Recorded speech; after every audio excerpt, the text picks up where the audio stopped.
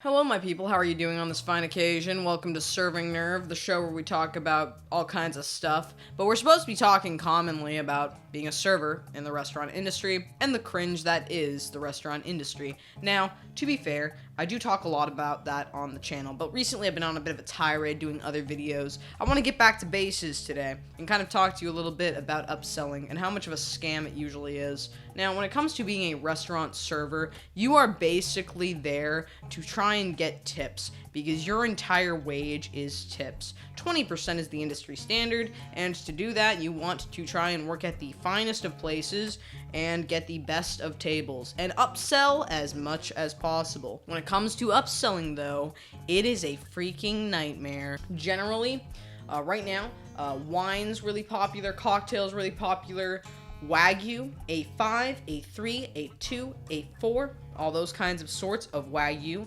are really popular.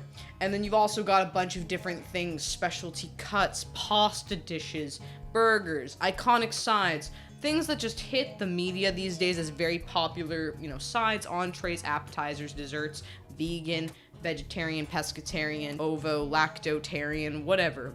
Whatever people are into these days, some restaurant is going to have some kind of accommodation or some kind of, some kind of vibe that will help kind of hit the mark in regards to the market it's trying to get. Now, the thing is, though, when it comes to upselling, you as a server kind of are there to try and make as much money as possible for both the restaurant so that you rack that bill, and also for you, because if people actually tip you what they're supposed to tip, then you are going to be able to make better money. So as a server and as a, more advanced server, sorry I keep air quoting by the way, but just as a server who's been in the industry long enough, the best thing you can possibly do is learn to upsell. Learning to upsell can make it go from being, hey, I make 20 bucks off a table, to being like, hey, I make 40 bucks off a table, 50 bucks, 60 bucks, 70 bucks, maybe 100 bucks. And you do have to pay tip out on tables, pay tip out on your sales. It's not like if you get tipped $100, you're actually going to get to keep the $100. You have to pay out your restaurant. You have additional things you have to pay for in the restaurant. It's a very weird situation. And then on top of that, you also get taxed on top of your typical, pay. So it's not like you will get all of the money you get from your tables.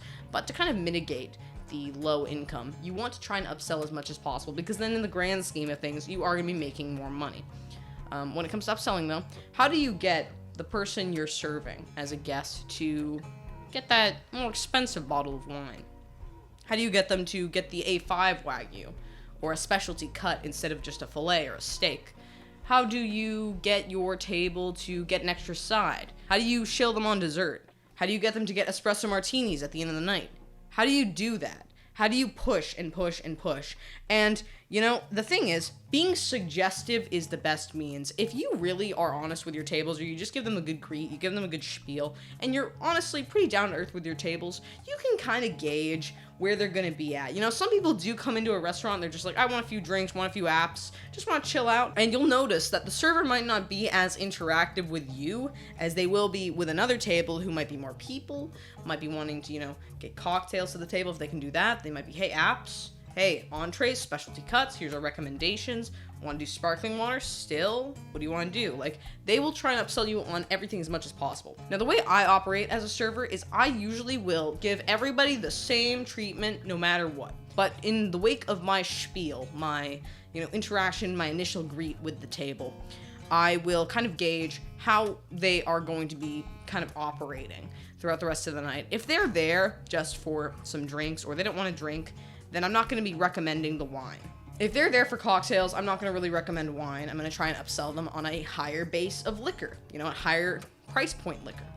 If they're not interested in that and they only want a lower priced liquor, I'm gonna be like, all right, cool. I'll try and upsell them on something else. And this is the thing you kind of have to learn to do depending on the industry or the kind of subset of the industry you work in. See, when it comes to being in the restaurant industry, there are some restaurants where you just can't really upsell. Most things are pretty baseline when it comes to appetizers, entrees, drinks. Nothing's too pricey. But if you work at certain restaurants, you'll learn, hey, this bottle of wine is like $500. How can I sell that? Or this liquor, this base liquor that I can make a cocktail out of for a guest is going to be like $60 per pour or $40 per pour. How can I get them to buy that? Or hey, how can I get them sold on this appetizer that's more expensive than this appetizer? And at the end of the day, it's all word. The number one thing you need to learn is that your word is key. And if you tell people about something that they think is going to give them their money's worth or give them the ultimate level of pleasure or is most delectable, they will be more likely to go for it. So hypothetically, let's say you are a server and somebody sits down and they're like, could you recommend me a good wine? I really want a good Cabernet. You can give them a spielio. You can give them a really good spiel if you even know just a little bit about wine. Confidence is key, but knowledge is a little bit up and over the place depending on the clientele you get. Hey, I really want a good Cabernet. Don't want to spend insanely like $5,000 a bottle, but I want a good Cabernet. You can say, well, I've got a few options for you here. You know, I've got a Napa Valley Cabernet or a California Cabernet. It's going to be more New World wine, jammy, fruit forward. Say you use one of the wines on your list as an example. And you say, it goes by the bottle here. This is the price point for it. You try and spiel it. You try and sell it.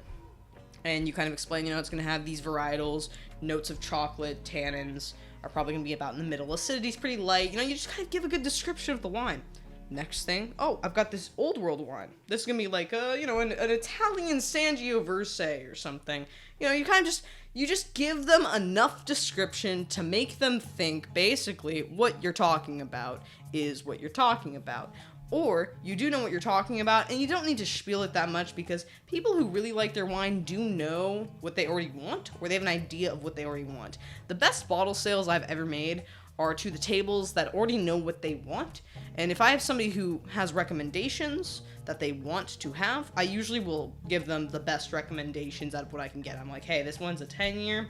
They mispriced it as a 5-year. Get that one. It's a good bottle of wine. Because then, hey, if it's priced like that, they might get a second bottle, and I don't really have to worry too much about trying to upsell them on the really expensive bottles. See, this is the thing, is you're always doing server math. Server math is insane. It's, hey, how can I upsell this person to get one extra side, which might be like an extra $12 to $20, and then that might give me an extra few dollars. How can I sell them on dessert? And then say hypothetically you're doing this for every table in your section as a server, then you might be able to get an extra 30, 40, 50 bucks, or an extra 100 to 200 bucks from just doing basic upselling. And it's not to act like some sort of shill who's going to try and like pawn off the worst of the worst on tables. Usually if you try and do that, which trust me and a bunch of other servers have tried to sell the bad stuff, because you know what, as a server, it's your job to try and sell everything even if it's not good. Usually that stuff's gonna get sent back pretty quick. If you end up in a situation where your boss is like, I need you to try and sell these mashed potatoes. They're not that good. You've tasted them, so you know they're not that good, but you have to find a way to sell them. You're going to try. You're really going to try. You're going to say luscious whipped mashed potatoes. They're one of our most iconic sides. Whatever. You try and sell it as much as possible. But if they suck, they're going to get sent back, and people are just not that stupid.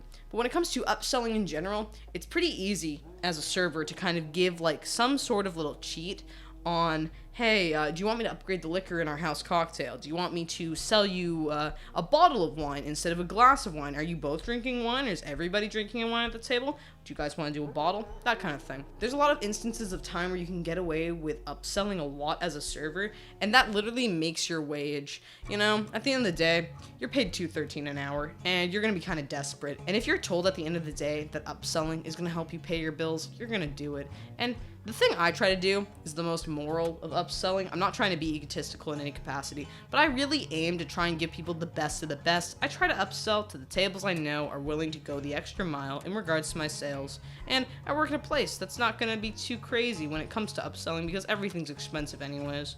But, when it comes to it, I'll be pretty honest with my tables and tell them, hey, this item sucks. It doesn't matter if it's more expensive or cheaper. If it gets sent back, then you're not going to want anything after that.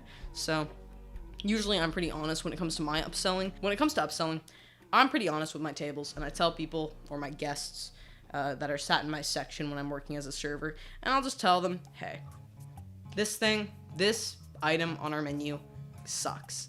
Don't get it. Any of our other sides are better.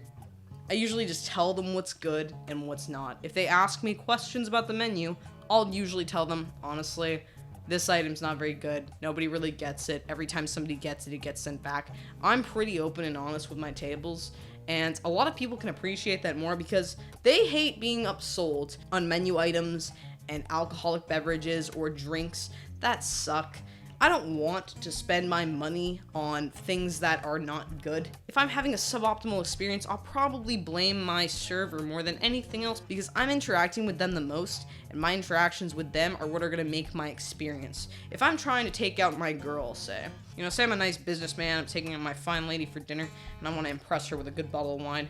If that bottle of wine is shit, and it happens to be more expensive, but it's just not a good bottle of wine, or if the sides that my server suggests aren't good, or the appetizers aren't good, or the entrees aren't good, or the dessert sucks, or the water service is bad, or the bottle service is bad, or, whatever the experience is, if it's not good, I'm not going to feel very satisfied. I'm not going to want to come back, and I'm not going to want to tip my server.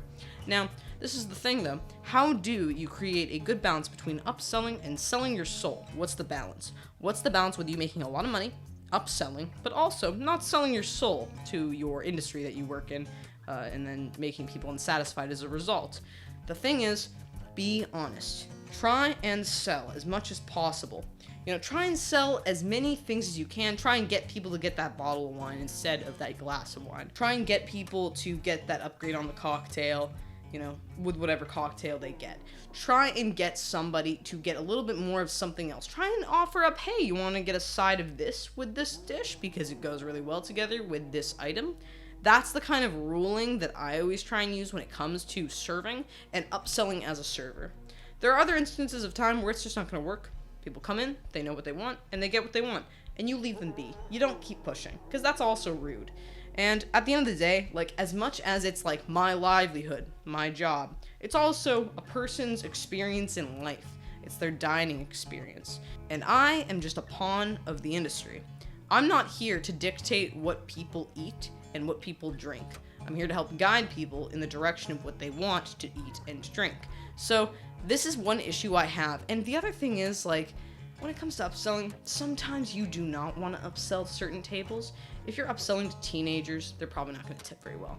If you're upselling to kind of scumbaggy adults that obviously don't really go to restaurants a lot, you don't want to upsell. It's really about gauging a table, knowing where you want to try and upsell and where you don't. Because if you upsell a lot and you pay tip out on any of your sales, you really don't want to also not get tipped well on the tables that you upsell to. Trust me. I've sold bottles of wine in the hundreds, and I've also sold specialty cuts to tables that I know aren't going to tip, but for some reason I just can't help but try and just point them in the right direction of what's going to give them the best experience. And they don't tip very well, and it is what it is. I've sold A5 Wagyu to teenagers before, and do they tip? No. Do I pay tip out on the table? Yeah, I do. I pay dollars upon dollars upon dollars as a result. And you can say it's stupid, but for some reason, life's just worth a gamble. Serving is a total gamble, might I add. As much as I want to try and justify myself or try and say hey, this is just a job, it is what it is, it's also kind of an addictive job. It's one of those jobs where it's so out of left field. Very much one of those jobs where you're I could kind of get away with trying to sell this bottle of wine that's $300 to this table, or $500 to this table, or $1,000 to this table, and that's when it starts getting fun. When you can start shilling out the big bottles, when you can start getting into upselling. Upselling is what makes serving fun, and it's kind of a double-edged sword because some people will tip on what you upsell. Other people won't tip on what you upsell. I've had certain tables that get bottles or whatever of big bottles of sparkling water or filtered water or whatever. And some of them will tip on it and you can just keep on pouring. Others won't tip on it and you're just basically paying to be able to pour them a bottle of water instead of some tap water. So this is the kind of setup that I'm talking about. Upselling as a server is a real double-edged sword. And at the end of the day, it's kind of a skill set to have in general when it comes to business, but it's also one of those things that you have to learn to balance based on the individuals who come in to dine at a restaurant. And, I know it's weird. I know it doesn't make a ton of sense, maybe if you don't work in this industry, but basically, say you're going into a restaurant and you're going in to dine. What's your server going to try and do? the best places, or the most witty of servers, or the most, in it to win it servers are usually going to be like, do you want a bottle instead of a glass? Hey, let me make, app suggestions, wine suggestions, dinner suggestions, entree suggestions, dessert suggestions. They try and get as much in that bill as possible because that's what you're paying for.